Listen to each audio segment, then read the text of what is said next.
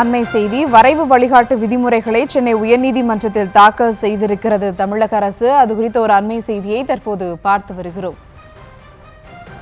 வரைவு வழிகாட்டு விதிமுறைகளை சென்னை உயர்நீதிமன்றத்தில் தமிழக அரசு தாக்கல் செய்திருக்கிறது. கட்சிகளின் ரோட் ஷோக்களுக்கு அனுமதி வழங்குவது தொடர்பான வழிகாட்டு விதிமுறைகளை தமிழக அரசு தாக்கல் செய்திருக்கிறது. மேலும் விவரங்களோடு இணைகிறார் செய்தியாளர் மதியழகன். வணக்கம் மதியழகன், விவரங்கள். கரூரில் தாவேகா ரோட் ஷோவில் நிகழ்ந்த கூட்ட நெரிசலுக்கு 47 பேர் உயிரிழந்ததை அடுத்து அரசியல் கட்சிகளினுடைய ரோட் ஷோக்களுக்கு விதிமுறைகளை வகுக்க கோரி சென்னை உயர்நீதிமன்றத்தில் மனுக்கள் தாக்கல் செய்யப்பட்டிருந்தன.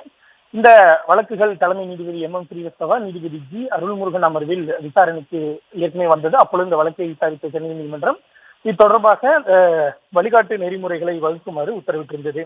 இந்த நிலையில் இந்த வழக்கு இன்று மீண்டும் விசாரணைக்கு வந்த பொழுது அரசு தரப்பில் ஆஜரான கூடுதல் தலைமை வழக்கறிஞர் J ரவீந்திரன் தமிழக அரசு தயாரித்திருக்கக்கூடிய இந்த SOP வழிகாட்டு நெறிமுறைகளை நீதிமன்றத்தில் தாக்கல் செய்தார். அப்பொழுது மனுதாரர்கள் சார்பில் ஆஜரான வழக்கறிஞர்களை பொறுத்தவரை அந்த SOP தங்களிடம் வழங்கப்படவில்லை என்றும் தங்களது கருத்துக்கள் கேட்கப்படவில்லை என்றும் தெரிவித்தனர். இதற்கு பதிலளித்த கூடுதல் தலைமை வழக்கறிஞர், அதாவது ஏற்கனவே அங்கீகரிக்கப்பட்ட அரசியல் கட்சிகளுடன் ஆலோசனை நடத்திதான் இந்த SOP தயாரிக்கப்பட்டிருப்பதாகவும், மீண்டும் இதனை ஒருவருக்கும் வழங்கினால் ஒவ்வொருவரும் அதில் இருக்கக்கூடிய குறைகளை சொல்வார்கள், எனவே அதனை இறுதி செய்வதில் காலதாமதமும் சிக்கலும் ஏற்படும், அதனால்தான் வழங்கவில்லை என்று தெரிவித்தார்.